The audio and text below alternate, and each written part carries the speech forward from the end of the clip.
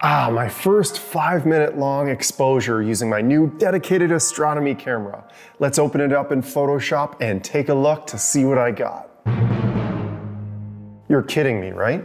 I set up this insane camera and telescope setup, perfect tracking, everything goes right, and this is what I have to show for it? It's a friggin' black screen with a few dots. That's it, camera's broken, negative review, comment on AstroBackyard video, you're a liar, this camera sucks. This video is for the beginners out there. The ones entering the world of astrophotography for the first time, taking their first shot of a galaxy or nebula using a camera and telescope. The process of capturing an ordinary random patch of seemingly black sky and revealing an intense nebula from within it is an involved one. Sure, the brightest galaxies and nebulae show up right away, but others, you wouldn't even know if you've captured anything or not. In this video, I'm gonna show you what your photos should look like after you take them, so you can confidently progress farther into this hobby. The first thing I want to explain is the idea of stretching an image. A single image frame that is straight out of the camera without any processing is known as a linear image. The histogram probably looks something like this, which just means that all the important data we want to reveal is crammed into this little wedge of information. A nonlinear image is one that has had some sort of stretch applied to it, or for the Photoshop users out there, curves. Even a slight curve like this will brighten the image up significantly, and you may realize that there's more information in that image than you originally thought. This black image you see here is completely normal.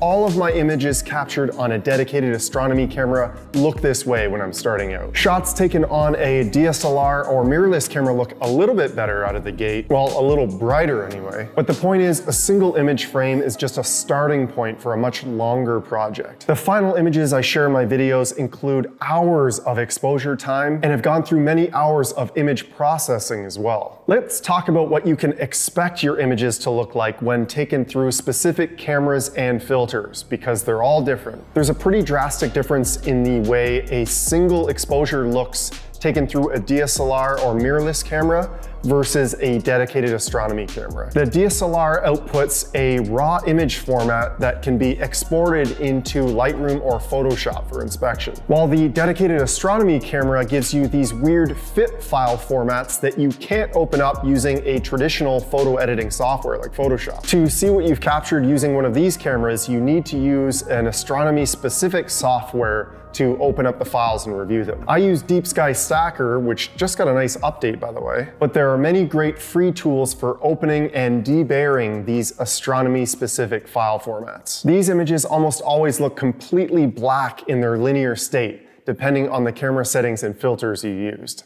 DSLR and mirrorless cameras like my Canon EOS RA produce a brighter image in a raw format like CR3 that you can open up in a photo editing software. Although it seems like a much better starting point, more often than not, a single image frame captured with a dedicated astronomy camera will contain a cleaner, more detailed image. However, just like a FIT file, you can stack these raw image frames together to produce an image with a much stronger signal-to-noise ratio. The single frame might not look overly noisy now, but after 3 curved stretches, the deep, dark, unexplored areas of the frame will be exposed. Astrophotography image pre-processing is all about creating that perfect master file that you can play with to your heart's delight without having to hide anything. Let's look at an example image in all 3 stages: a single exposure, a stacked master, and the final processed image. The single exposure is boring, dull, and dim. This is completely normal. The linear master isn't much more interesting, but you may actually see some faint, cool structures going on now. Where it really gets interesting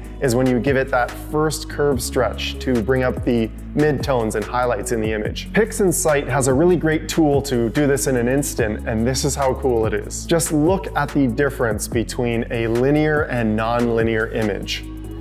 Pretty remarkable, isn't it? To get the best possible master file, there's a few extra things you need to do. Calibration frames are not the most fun thing to capture, but they make a huge difference. I could make an entire video on calibration frames, but the bottom line is dark and bias frames help to reduce noise, and flat frames remove dust spots and vignetting. Do yourself a favor and capture these helpful files. It will make processing your final master file a lot more enjoyable. To recap, let's look at a few images taken with different cameras.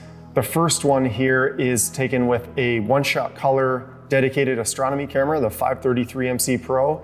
And again, it looks totally black, this stack of images, before we apply an auto stretch.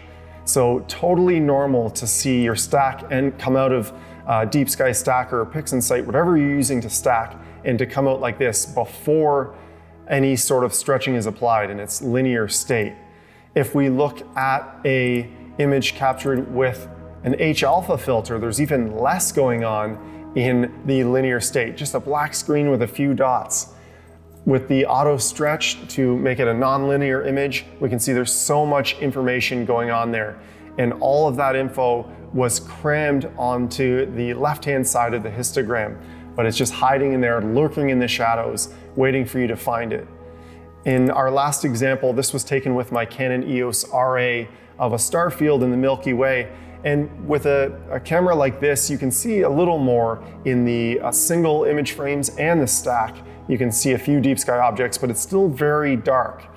If we apply a quick auto stretch to this, you'll see there's so much more going on. And all that information was just lurking in the shadows of the histogram, waiting for you to pull them out. So again, get used to seeing images in this really dark state once you stack them, and know that there's nothing wrong with your camera. It's just a matter of a linear image versus a non-linear one. I hope this video has given you a better idea of what your images should look like after you take them. And more importantly, put your mind at ease when you see that first image that's all black with a couple of white dots with your new astronomy camera. You didn't waste an entire night. Your camera is not broken. The process of astrophotography just requires that you pull out every ounce of information from your image data. There is a mountain of information hiding in that histogram, and it's your job to pull it out. Until next time, clear skies.